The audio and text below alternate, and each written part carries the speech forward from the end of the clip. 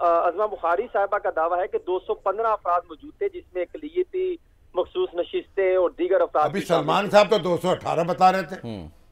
دیکھیں یہ تو میں تو بتا رہا ہوں کہ جو انہوں نے 3 اپنی جیب سے نکال دیے. چلیے رپورٹ ہوئے سارے افراد شامل ہیں، لیکن ایک اچھی تعداد تھی. اور اس میں تیسری چیز یہ تھی کہ جہاں پر ان کو سب کو اعتماد میں لیا، پھر سب کو روڈ میپ بتایا.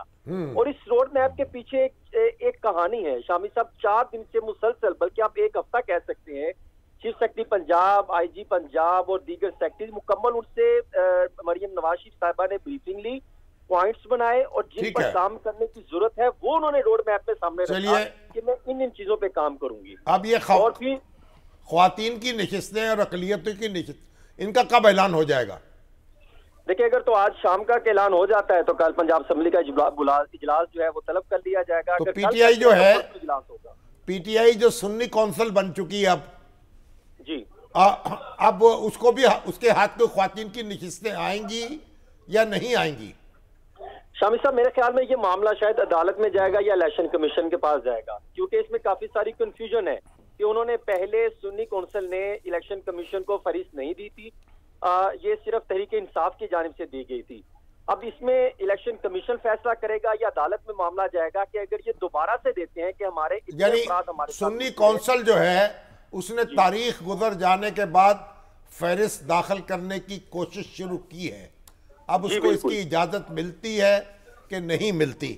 بہرحال یہ بھی اس پہ بھی دار و مدار ہوگا، وگرنہ تو خواتین کی نشستیں اگر ساری کی ساری مسلم لیگ اور اس کے اتحادیوں کو مل جائیں گی تو ان کے تو پاؤں 12 ہو جائیں گے.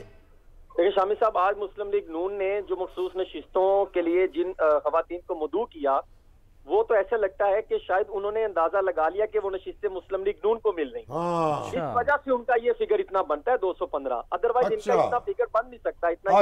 اچھا سمجھ گیا. وہ جو ابھی یعنی نامزد جو امیدوار ہیں وہ بھی سمجھیں کہ کامیاب ہو، سمجھ رہی ہیں اپنے آپ کو. ہاں جی، وہ سمجھ چکے ہیں اور انہوں نے انہی اقلیتوں اور مخصوص نشستوں میں جتنا بنتا تھا کوئی 35-40 کے قریب، انہوں نے ان تمام خواتین کو جو ہے وہ آج اور مجتبیٰ شجاع الرحمان کا بھی اعلان ہو گیا. جی، مسلم لیگ نون کے ذرائع تو یہ دعویٰ کر رہے ہیں کہ اسپیکر پنجاب اسمبلی کے لیے ان کے نام سامنے آیا تھا، اس کو ٹھیک کر دی گئی ہے. اور وہ سابق وزیر خزانہ بھی رہے، ایکسائز کے. اور یہ چنر صاحب کیا ہے؟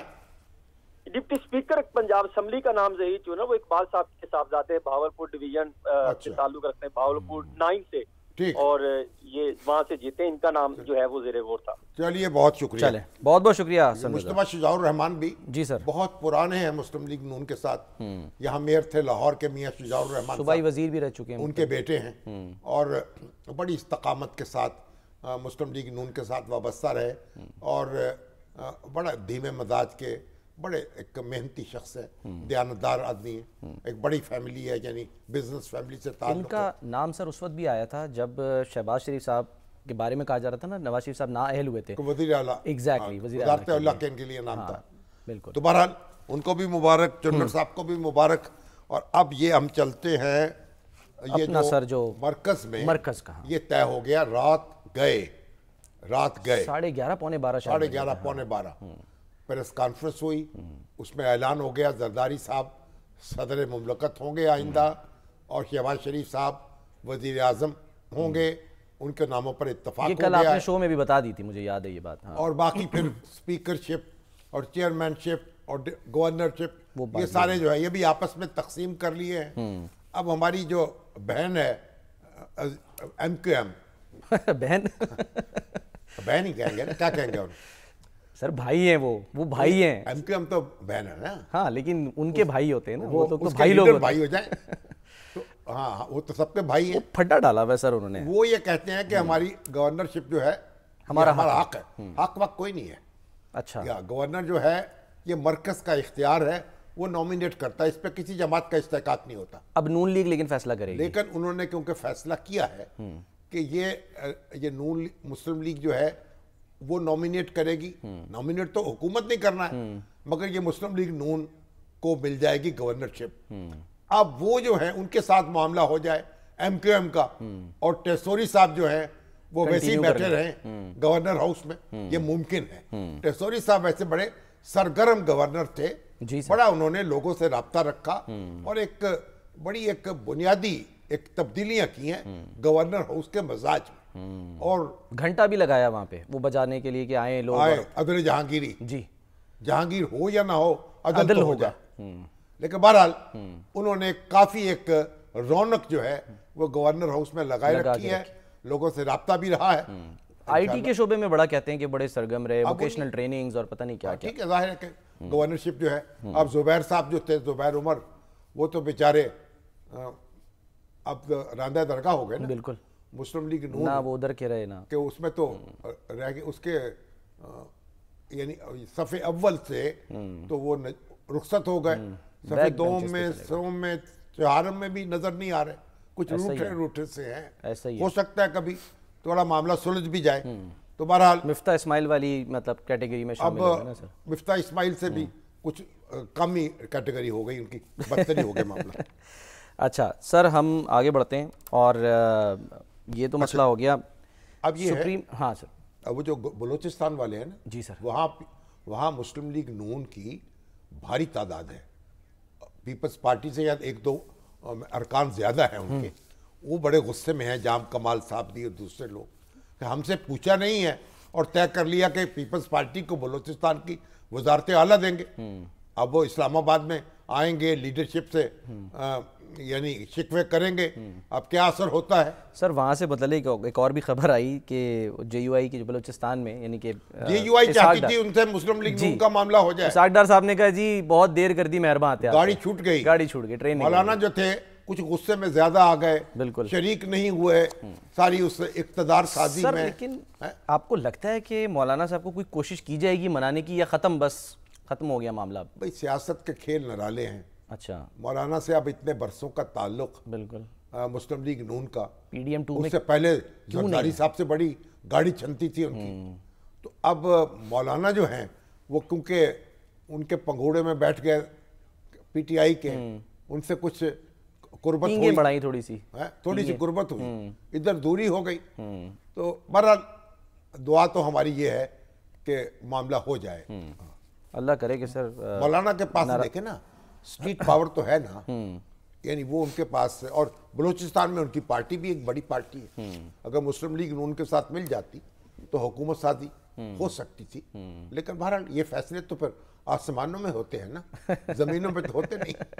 سر اگر زمینوں پر وہ نکل آئے، میدانوں میں نکل آئے، ہمارا کہتے ہیں نا جو شادی بیاہ کے فیصلے ہیں نا، جوڑے جو ہیں وہ آسمانوں میں بنتے ہیں، اسی طرح جو ہمارا جو اقتدار ہے وہ بھی تو اس کے جوڑے بھی آسمانوں پہ بنتے ہیں، بیورو میں، میرج بیورو، ہاں میرج بیورو آسمانوں پہ ہوتا ہے، میرج بیورو جو ہے زمینی نہیں ہے، زمینی نہیں تو بہرحال اب دیکھیے کیا ہوتا ہے۔ اچھا سر، ایک فیصلہ جو ہے وہ آج سپریم جوڈیشل کاؤنسل سے متعلق آیا، سپریم جوڈیشل کاؤنسل میں ہمارے جو جسٹس ہمارے کیا ان کا نام تھا، مظاہر علی اکبر نقوی، ان کے خلاف جو ریفرنس گیا تو انہوں نے جب کارروائی شروع ہوئی تو انہوں نے استعفیٰ دے دیا۔ اب عام طور پر روایت یہ تھی کہ استعفیٰ دینے کے بعد کارروائی رک جاتی ہے، اس میں سپریم کورٹ کا فیصلہ بھی ہے، دستور میں بھی یہ لکھا ہوا ہے، لیکن سپریم جوڈیشل کونسل صرف یہ کر سکتی ہے کہ کسی جج کے بارے میں، سٹنگ جج کے بارے میں جب صدر اس کو کوئی شکایت بھیجیں یا ان کا ریفرنس کوئی بھیجا جائے ان کے پاس، وہ اس کے بارے میں رائے دیں یہ ریفرنس درست ہے نہیں ہے اور اپنی سفارش کر دیں، اس کے بعد ان کو عہدے سے ہٹا دیا جائے۔ یہی صرف، اور کوئی کارروائی نہیں کر سکتی، صرف یہ سفارش کر سکتی ہے سپریم جوڈیشل کونسل۔ تو پہلے فیصلہ سپریم کورٹ کا یہ تھا کہ جب کوئی شخص جج ہی نہیں رہا تو پھر اس کے خلاف کارروائی کیا ہوگی، لیکن اب آج 4-1 کے اس سے 4 ججوں نے یہ فیصلہ دیا ہے، 5 رکنی بینچ تھا، ایک کہ استعفیٰ دے بھی دے جج تب بھی کارروائی ہو سکتی ہے۔ کارروائی اگر شروع ہو گئی ہے تو گویا سپریم جوڈیشل کونسل اپنی فائنڈنگ دے گی۔ اچھا، اگر جج قصوروار پایا گیا تو یہ لکھ کے بھیجا جائے گا، اس کا یہ نتیجہ ہو سکتا ہے کہ وہ اگر جج استعفیٰ دیتا تھا تو اس کے پرکس، اس کی پینشن جو ہے وہ نہیں رکتی تھی، استعفیٰ دے گا خود، لیکن اگر سپریم جوڈیشل کونسل اسے ڈسمس کرے، ڈسمس کرنے کی سفارش کرے تو پھر اس کی پینشن بھی رک جاتی تھی اور سارے اس کے پرکس بھی متاثر ہوتے تھے۔ جسٹس صدیقی صاحب کی بھی میرا خیال ہے ہاں، تو صدیقی صاحب تو ان کو بھی وہی ہوا نا معاملہ، ان کا اس وقت زیر بحث نہیں ہے. ٹھیک ہے. اب اس وقت یہ ہے کہ اب یہ جو اپنے ہمارے کیا نام ہے ان کا جج صاحب کا، مظاہر علی اکبر نقوی، کئی ناموں کو مل کے نام بنتا ہے. سید بھی ہوں گے، سید مظاہر علی اکبر نقوی. اب یہ ہوگا کہ اگر ان کے خلاف کارروائی جاری رہتی ہے اور ان کے خلاف فیصلہ آ جاتا ہے تو پھر ان کی پینشن اور دوسری برات متاثر ہو سکتی ہیں. تو روایت تو یہ رہی ہے کہ جب کوئی جج استعفیٰ دے دے تو پھر کارروائی روک دی جاتی ہے. مگر اب آپ کو پتا ہے نئی فقہ لکھی جا رہی ہے، نیا زمانہ ہے، نیا جوش و خروش ہے، اور اس کی وجہ سے یہ فیصلے ہو رہے ہیں. ہو سکتا ہے کل کو اس فیصلے پہ بھی پچھتانا پڑے ہماری سپریم کورٹ. اچھا لیکن اب یہ معاملہ جو ہے وہ اداروں دوسرے ادارے اس کو پھر ٹیک اپ کریں گے. تو بات کی بات ہے نا، وہ تو کر سکتے تھے ویسے بھی. اچھا اب وہ تو پہلے یہ فائنڈنگ دیں گے نا اپنی. اگر یہ کہیں کہ نہیں جی جو جرم ثابت ہو گیا، الزامات ثابت ہو گئے، تو ایک سبکی بھی ہوگی جج صاحب کی. تو اصل میں عدلیہ کا احترام اتنا ہوتا تھا کہ اس کو اس طرح کے داغوں سے بچایا جاتا تھا. ٹھیک. تو اب تو ہم اس کے قائل ہی نہیں رہے. ہم تو داغ لگانے پر تلے ہوئے ہیں بحیثیت قوم. کوئی جج ہاتھ میں آ جائیں، کوئی جرنیل آ جائیں، کوئی سیاستدان آ جائیں، وزیر اعظم آ جائیں، سابق آ جائیں، موجودہ آ جائیں، ہمارے پاس تو کالا رنگ پکڑا ہوا ہے، ہم اس کو پیٹ کر دیتے ہیں. تو بس اب دیکھیے یہ کالک کا کاروبار اس ریاست کو کب تک وارے میں آتا ہے. سر لیکن اداروں کو بھی تو تنگ کرنے کی کوششیں کی جاتی ہے نا. وہ دیکھیں وہ جو 8 فروری کے الیکشن کالعدم قرار دینے کی بات ہوئی، وہ اس میں جرمانہ کر دیا. درخواست گزار جو ہے وہ ملک سے باہر چلے گئے، درخواست دے کے ملک سے باہر ای میل کر رہے ہیں وہاں سے جا کے. اب سپریم کورٹ آوازیں دے رہی ہے. تو بھائی اس طرح کی جو درخواستیں ہیں یہ تو سننی ہی نہیں چاہیے. آپ دیکھیں نا یہ درخواست جو ہے یہ سپریم کورٹ کا دائرہ اختیار کہاں سے آ گیا کہ الیکشن کالعدم قرار دے دے. یہ ساری اسکینڈلائزیشن ہوتی ہے. تو بہرحال ہمارے ہاں تو اب یہ اس طرح کے معاملات چلتے ہیں نا. ایک لکی ایرانی سر لیکن 5 لاکھ جرمانہ جو کیا ہے، آپ جو کہہ رہے تھے کہ سزا بھی ہونی چاہیے نا، ایسے کیوں؟ مطلب یعنی کہ کوئی آ جائے اور عدالت سے پلان کرنا شروع کرے. ایگزیکٹلی اچھا کیا عدالت کا بہرحال جرمانہ جو ہے نا وہ کر دیا. اچھا سر ایک اور جو خبر آئی نا وہ کوئکلی میں سے آپ کے ساتھ شیئر کر لوں کہ وہ جو مسئلہ ہو رہا تھا نا الیکشن کمیشن اور سرکاری افسران کے خلاف سوشل میڈیا مہم چلانے پر، اس میں جے آئی ٹی بنانے کی تصویریں دکھا کے ان پہ ٹارگٹ کیا جا رہا ہے کہ ان کے خلاف کارروائی ہو، ان کے خلاف یوں کریں، ان کے لوگوں کو اکسایا جا رہا ہے. جے آئی ٹی بن گئی ہے سر، بنانے کی منظوری دے دی. ایک بات دیکھیے کہ جن حلقوں میں یہ عجب الیکشن ہے، جو جہاں سے آ رہا ہے وہ شور مچا رہا ہے کہ بھئی دھاندلی ہو گئی. اب دھاندلی ہو گئی ہے بھائی، اس کا کوئی ثبوت آئے، کوئی نتیجہ نکلے، مگر آپ اس سے پہلے ہی ان لوگوں کو ٹارگٹ کر رہے ہیں. اور جو سرکاری افسر ہیں ان کے لیے تو پھر کوئی آدمی حملہ بھی ہو سکتا ہے، ان کو نقصان بھی پہنچ سکتا ہے. تو یہ ذرا احتیاط کی بات ہے کہ سوشل میڈیا والے کوئی رحم کھائے اپنے آپ پر. ہاں اگر کسی شخص پہ ثابت ہو جائے پھر اس کی درگت جو چاہے بنا دے، وہ تو بات کی بات ہے. الزام صرف لگا کر یہ لوگوں کا یہ حشر نہ کریں. مگر اس کا یہ ایک اس شر میں سے یہ خیر نکلے گی کہ سرکاری افسر جو ہیں وہ بھی چوکنے ہو جائیں گے. ہماری جو انتظامیہ ہے نا اس نے سرکاری افسروں کو بھی تو غلام بنا لیا نا اپنا. ان کو جو دستوری پروٹیکشن حاصل تھی وہ تو حاصل رہی نہیں. تو ان غلاموں کو ان سے طرح طرح کی مشقت لی جاتی ہے، ان کو بے ضمیر بنایا جاتا ہے بوقت ضرورت، ان کو جھوٹ بولنے پہ مجبور کیا جاتا ہے. تو یہ ساری چیزیں بھی ختم کرنی ہوگی نا اگر ہم نے ایک بحیثیت ریاست کے آگے بڑھنا ہے اور کوئی نام پیدا کرنا ہے، اپنے معاملات کو سمیٹنا ہے. اگر یہ دیکھ لیتے ہیں سر ٹیسٹ کیس ہے نا کمشنر راول پنڈی والا، یہ اجازت تو بالکل نہیں ہونی چاہیے. کوئی الزام تراشی پر آپ لوگوں کو ٹارگٹ کر لیں اور لوگوں کی جان اور مال اور آبرو خطرے میں ڈال دیں. آج سر چیف جسٹس صاحب وہ اسی کیس میں ذرا ناراض ہوئے ہیں، کافی میڈیا پہ کافی گرجے برسے ہیں کہ یہ آپ جو خبر چلا دیتے ہیں یعنی کہ بغیر تصدیق کے کہ جی اجلاس ہو گیا تو کم از کم کنفرم تو کر لیا کریں. ایک زمانے میں تو سپریم کورٹ جو ہے اس کے بارے میں خبر چل نہیں سکتی تھی، چڑیا پر نہیں مارتی تھی. اب سپریم کورٹ بھی تو کوئی لینینٹ ہو گیا نا. اس طرح کی خبریں، سرخیاں، ریمارکس، تو یہ ساری چیزیں ہیں تو سپریم کورٹ کے اپنے بس میں ہے کہ اپنا تحکم قائم کرے. ہمیں تو اس پہ ہم تو سمجھتے ہیں کہ بڑی احتیاط سے بات ہونی چاہیے سپریم کورٹ کے بارے میں, اور کوئی اس میں غیر محتاط خبریں یہ قیاس آرائیاں بالکل نہیں ہونی چاہیے, اجازتیں نہیں ہونی چاہیے. لیکن تردید بھی سر ضروری ہے نا, جو ادارے ہیں ادارے اس کام کے لیے بیٹھے ہیں. نہیں ہم یعنی کہ سپریم کورٹ جو ہے وہ تردیدیں کرنے کے لیے نہیں, سپریم کورٹ نہیں سر, میں بات کروں وہ ادارے جو خبریں چلا رہے ہیں, اگر غلط خبر دے دی ہے اس کی تردید تو کریں نا. وہ تو یہ وہ تردید کریں, ذمہ داری کا احساس کریں. ایک زمانے میں تو جو سپریم آپ دیکھیں, میں لاہور ہائی کورٹ میں دیکھتا تھا کہ جو عدالت کے سامنے سے لوگ گزرتے نہیں تھے, سانس روک کر گزرتے تھے, اچھا دم نکلتا تھا, اونچی آواز نہ ہو جائے. یہ ساری بے تکلفی جو ہے یہ تو ہماری بہت بعد میں شروع ہوئی نا. تو عدالتوں کو بھی ہم اب سپریم کورٹ کے بارے میں کیا سرائیاں کی جائیں, خبریں چھاپی جائیں اور بے پرکی اڑائی جائیں, یہ کبھی سوچا تھا؟ سر پہلے یہ کہا بھی جاتا تھا نا, ابھی بھی کہا جاتا ہے کہ فیصلے بولنے چاہیے, ججز کو نہیں بولنا چاہیے, لیکن اب وہ ظاہر ہے پھر اب ججز پھر بھی بہت بولنے لگے نا. افتخار چودھری صاحب کے زمانے سے تو ججز بولنے لگے, فیصلے تو بعد میں ہوں گے. ثاقب نثار پہلے بہت بولتے تھے, میڈیا کے شوقین بہت تھے, سرخیاں لگتی تھیں, کوریج ہوتی تھی. موجودہ چیف جسٹس تو کہتے ہیں میں ٹی وی نہیں دیکھتا, میں اخبار پڑھتا ہوں صرف. آپ دیکھیے تو پھر سوشل میڈیا تو دیکھتے ہوں گے نا. بالکل سر, ظاہر سی بات ہے. سر ایک ہمیں بریک لینی ہے. اب ٹی وی والے کہتے ہیں ہم دکھاتے ہیں اپنے آپ کو, آپ بھی دیکھیں گے جناب, اب سرخیاں لگائیں گے. سر ایک بریک لیتے ہیں, بریک کے بعد ہم واپس آئیں گے تو ذرا جو دیہی پنجاب ہے اس کی سیاست پہ تھوڑی سی گفتگو کریں گے.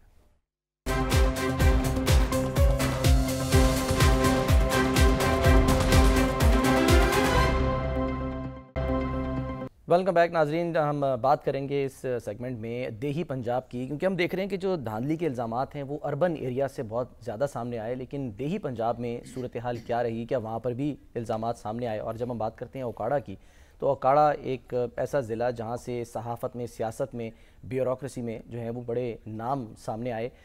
دیپال پور تحصیل بھی کہا جاتا ہے پاکستان کی سب سے بڑی تحصیل ہے. اور آج ہمارے ساتھ شامی صاحب موجود ہیں, معین وٹو صاحب. معین وٹو صاحب جو ہیں یہ ہمارے میاں محمد یاسین خان وٹو مرحوم چھوٹے ان کے چھوٹے بھائی ہیں, یہ سمجھے ان کے جانشین ہیں. اچھا سیاسی.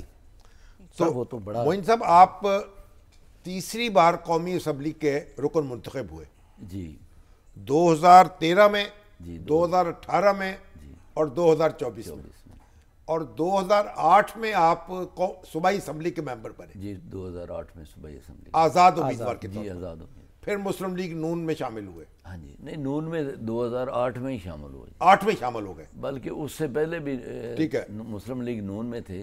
صرف یہ الیکشن جو تھا 2008 والا یہ آزاد لڑا. اچھا, اب آپ یہ بتائیے کہ تینوں دفعہ آپ کے مقابل جو تھے وہ میاں منظور احمد وٹو صاحب تھے جو ہمارے سابق وزیر اعلیٰ ہیں, اور تینوں بار آپ جیت گئے. جی یقیناً اللہ تعالیٰ کی یہ ہیٹ ٹرک انہوں نے کی یا آپ نے کی؟ یہ اللہ کی مہربانی سے جی, یہ مجھے اللہ نے مہربانی فرمائی کہ 2013 میں بھی میں 2 سیٹوں پہ جیتا اگینسٹ میاں منظور بٹو صاحب. یہ صوبے میں بھی اور مرکز میں؟ صوبے میں بھی اور مرکز میں. وہ صوبے میں بھی تھے, مرکز میں بھی تھے. صوبے میں ان کا بیٹا تھا جی. اچھا. اور مرکز میں وہ خود میاں منظور بٹو صاحب تھے. ٹھیک. اور 2013 میں میری 32,000 کی لیڈ تھی جی. پھر 2018 کے الیکشن میں بھی ان کے وہ براہ راست ان کے ساتھ جو مقابلہ تھا وہ میرا تھا. اس وقت 14,000 کی لیڈ تھی. ٹھیک. اور جو میرے بھتیجے کے مقابلے میں ان کا بیٹا تھا نور الامین کے مقابلے میں اس کی لیڈ 10,000 تھی. اور اب اس دفعہ جو مرکز میں براہ راست میرا مقابلہ تھا میاں منظور بٹو صاحب کے ساتھ, اور 43,000 کی لیڈ تھی میری 43,000 کی. 1,22,678 ووٹ انہوں نے لیے اور منظور بٹو صاحب نے 79,692 ووٹ لیے. نہ ہلکا انہوں نے بدلا نہ آپ نے بدلا. جی ہاں, یہ عجیب بات نہیں ہے, وہ ہلکا بدل لیتے. دیکھیں جی, وہ ہمارا جو گاؤں بھی ہے ان کا گاؤں بھی ہے, ہمارا گاؤں اور ان کا گاؤں ایک ہی حلقے میں آتے ہیں, حویلی لکھا. اور ایک دوسرے کا احترام بھی ہے, ملاقات بھی ہے جی, ملاقات میل جول بھی ہے, اور مقابلہ بھی ہے. مقابلہ بھی ہے. آپ تو پیشے کے لحاظ سے وکیل ہیں نا؟ جی میں ایڈوکیٹ ہوں، میں 25 ایئرس تک میں پریکٹس کرتا رہا ہوں، اوکاڑا ڈسٹرکٹ بار کا عہدیدار بھی رہا ہوں۔ ڈسٹرکٹ بار کا؟ جی اوکاڑا ڈسٹرکٹ بار۔ تو آپ یہ بتائیں کہ یہ پھر آپ کے پاس کیا ایسی گدڑ سنگھی ہے کہ جس سے آپ نے متواتر، یعنی حریف نے بھی نہیں بدلا، انہوں نے بھی ضد پکڑی، آپ نے بھی پکڑی، اور مارجن بھی سر بڑے مارجن سے ہرا رہے ہیں۔ نہیں ویسے تو جی بنیادی طور پہ تو میں سمجھتا ہوں یہ اللہ تعالیٰ کی کرم نوازی ہے، لیکن وہاں جو صورتحال ہے حلقے کی، وہ میں سمجھتا ہوں کہ ایک تو براہ راست جو آپ کا رابطہ زیادہ ہے، رابطہ زیادہ تھا، ہماری ٹیم جو تھی ان سے بہتر کام کرتی تھی، اور پھر خاص طور پہ جب سے میرا بھتیجا نور الامین آیا ہے فیلڈ میں، وہ اس کے اور زیادہ ایفیکٹیولی گراس روٹ تک لیول تک اس نے بڑا کام کیا ہے۔ اچھا یہ بتائیں مجھے کہ آپ کا جو علاقہ ہے اس میں مسلم لیگ نون نے نشستیں جیتی ساری، دیپال پور سے، جی اوکاڑے سے؟ جی دیپال پور سے سوائے راؤ اجمل صاحب کی، راؤ اجمل صاحب ہار گئے، وہ ہار جو گئے، بڑے مضبوط کینڈیڈیٹ سمجھے جاتے تھے، جی ہاں، اور لیکن وہ ہار گئے مسلم لیگ نون کے، جی، اور باقی سب نشستیں آپ جیت گئے۔ جی باقی پورے اوکاڑا میں تمام صوبائی سیٹیں، 8 صوبائی سیٹیں ضلع اوکاڑا میں اور 3 قومی اسمبلی کی سیٹیں ساری کی ساری پاکستان مسلم لیگ نون نے جیتی ہیں، اور پاکستان مسلم لیگ نون کا اوکاڑے کی حد تک تو میں پورے وثوق سے کہہ سکتا ہوں کہ مقبولیت کا گراف اور میاں محمد نواز شریف کی قیادت پہ اعتماد، اور میاں نواز شریف صاحب کی، شہباز شریف صاحب کی جو ایڈمنسٹریٹو ان کی جو کوالٹی ہیں وہ، اور ان کے جتنے کام ہیں اس کو وہاں پوری پذیر آئی اور اپریسیشن ہے، اور ریئلائز کیا جاتا ہے کہ پاکستان مسلم لیگ نون جو ہے اوکاڑا میں بے حد پاپولر ہے، اور اس کا رزلٹ کوئی ہارنے والے جو تھے جو انہوں نے کوئی دھاندلی کا الزام بھی نہیں لگایا، ابھی نہ کوئی ریٹ وہاں پٹیشن داخل ہوئی۔ شامی صاحب وہاں دھاندلی ہو ہی نہیں سکتی، اس لیے کہ دیہات میں جتنے ہمارے پولنگ ایجنٹس ہوتے ہیں وہ ایک دوسرے کو اجازت بھی نہیں دیتے، یہ ہو ہی نہیں سکتا۔ وہاں تو ایک ایک ووٹ پہ اتنی تلخی بھی ہو جاتی ہے، لڑائی بھی ہو جاتی ہے، وہاں جو جتنے ووٹ جس کو ملتے ہیں وہ اتنے ہی ووٹ ہوتے ہیں، اور آج تک کبھی ایسے نہیں ہوا کہ جو فارم 45 میں کچھ اور لکھا ہوا ہو، یا پریزائڈنگ افسر اگر سادہ کاغذ پہ بھی لکھ کے دے دے اس میں اور بعد والے رزلٹ میں کبھی کسی جگہ پہ کوئی دیہی علاقے ہیں، عام طور پہ سمجھا جاتا تھا کہ دیہی علاقوں میں دھاندلی ہو جاتی ہے، اور شہری علاقے جو ہیں وہاں ایسا نہیں ہوتا۔ اب شہری علاقوں سے شکایتیں ہیں اور دیہی علاقے مضبوط کھڑے ہیں۔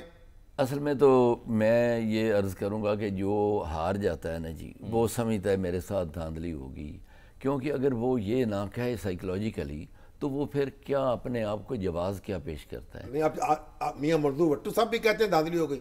نہیں ابھی تک تو انہوں نے نہیں کہا، وہ میرے لیے قابل احترام ہے، میرے بڑے بھائی ہیں، انہوں نے تو میری اطلاع کے مطابق یہ کہا کہ ٹھیک ہے جی میں ہار گیا ہوں۔ اچھا سر، بیمار بھی تھے نا اس بات؟ جی ہاں، ان کی طبیعت ناساز تھی، ان کے لیے میں ہمیشہ الیکشن میں بھی جہاں تقریر بھی ہوتی تو میں صحتیابی کی دعا کرتے تھے۔ دلچسپ بات یہ ہے کہ آپ یہ بتائیں مجھے، اتنا لمبا عرصہ ہو گیا مسلم لیگ کو آپ کے ساتھ، آپ کو، اور قومی اسمبلی، تیسری قومی اسمبلی میں آپ ہیں، تو آپ کو پارلیمانی سیکرٹری رہے، وزیر بنے، کیا ہوا، وزیر مملکت بنے؟ میں صرف رہا ہوں اسٹینڈنگ کمیٹی ریلوے کا چیئرمین۔ اچھا، ویسے تو ہمارا جو علاقہ ہے آپ بھی اچھی طرح جانتے ہیں کہ وہاں میاں محمد یاسین خان وٹو صاحب جب تک رہے اپنی جگہ ایک دیانت کے پتلے تھے، وزیر خزانہ بھی رہے تھے، وزیر بھٹو صاحب کی کابینہ میں بھی تھے، وزیر تعلیم رہے مغربی پاکستان کے طویل عرصے تک۔ اور اللہ کے فضل سے میں بڑے عزت و انکساری اور فخر سے بھی یہ کہتا ہوں کہ آج بھی ان کا نام پاکستان کے سیاستدانوں میں ایک ایماندار اور دیانتدار سیاستدان کے طور پہ جانا پہچانا جاتا ہے۔ مگر یہ ہے کہ میرے حصے میں آج تک صرف اسٹینڈنگ کمیٹی ہی آئی ہے، بس ایک دفعہ ہی، سٹنگ کمیٹی نہیں آئی۔ یہ شکر آپ ادا کر رہے ہیں یا یہ گلہ کر رہے ہیں، یہ بتائیں نا۔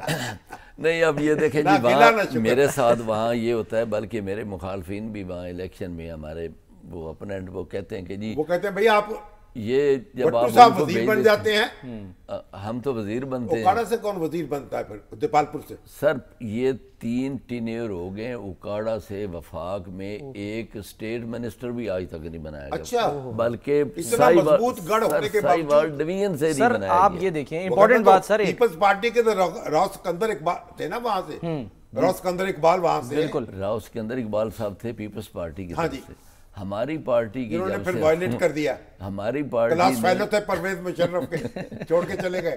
نہیں، پاکستان مسلم لیگ نون کی جب حکومت تھی تو پورے ڈویژن سائیوال میں کوئی اسٹیٹ منسٹر بھی نہیں تھا۔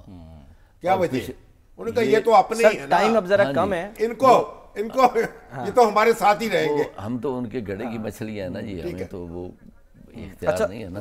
ویسے اب تو لوگ ہمیں بھی وہاں کہنے لگ گئے ہیں، تانا دیتے ہیں کہ جی یہ کیا بات ہوئی، کہ بلکہ مخالفین بھی، اور پھر جو ایک اگر پس منظر کے حساب سے دیکھیں تو وہ میاں یاسین بھٹو صاحب کے حساب سے کہ میں ان کا چھوٹا بھائی ہوں، میرے اپوننٹ جو ہیں وہ میاں منظور بھٹو صاحب ہیں، اس لحاظ سے میرے لیے تو ایک بڑی وہ کریٹیکل بھٹو صاحب تو جناب وزیر اعلیٰ رہے، وزیر اعلیٰ رہے، مرکزی وزیر رہے، تیجے کے بھٹو صاحب طویل عرصہ وزارت کی انہوں نے، جی وزارت، مرکزی وزیر رہے، ہاں جی وزیر خزانہ مغربی رہے، پاکستان کے وزیر رہے، وزیر خزانہ رہے، سیکرٹری جنرل رہے پارٹی کے، پیپلز جنرل پارٹی رہے۔ سر یہ بلکہ کنونشن مسلم لیگ کے ویسٹ پاکستان کے پریزیڈنٹ تھے جب فضل القادر چودھری، آپ کو یاد ہوگا کہ پورے پاکستان کے ایوب خان کے بعد، ایوب خان کے بعد جی۔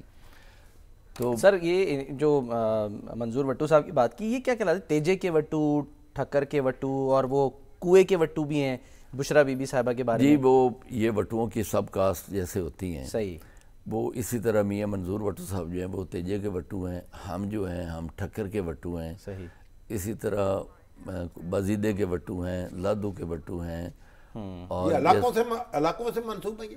بس وہ ایک کسی کے بزرگ کے نام سے وہ ایک گوت۔ سر دلچسپ بات یہ رہی جو بھٹو صاحب آج آئے کہ آپ دیکھیں وہی دیہی علاقوں کی بات کر رہے ہیں کہ اوور آل ملک میں جو ٹرن آؤٹ تھا وہ تو 47 کے 48% تھا، ان کے علاقے میں سر 55% ٹرن آؤٹ ہے۔ اچھا جی، وچ از ویری گڈ کہ لوگ وہی ہے کہ دیہی ہے لیکن لوگ نکلتے ہیں، لوگوں کو پتہ ہے کہ ہم نے کس کو ووٹ دینا ہے، اپنا حق جو ہے وہ کیسے حاصل کرنا ہے۔ سر بالکل دیہاتی علاقوں میں اس دفعہ پورا ٹیمپو تھا، لوگ پورے اس دفعہ جوش و خروش سے الیکشن میں حصہ لے رہے تھے، اور جتنی خاص طور پہ ڈسٹرکٹ اوکاڑا اور اسپیشلی ہمارا جو حلقہ ہے انتخاب ہے حویلی لکھا بصیر پور منڈی احمد آباد، وہاں جتنی پولیٹیکلی لوگوں میں اویئرنیس ہے وہ تمام حلقوں سے شاید میرے خیال کے مطابق سب سے زیادہ ہے۔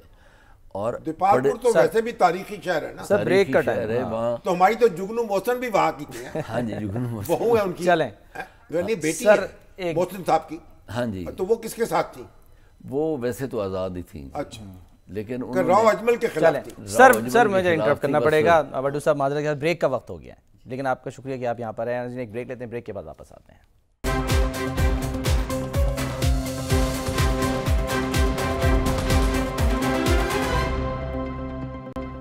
پروگرام کا وقت ختم ہوتا ہے، ناظرین اپنا خیال رکھیے، اللہ حافظ۔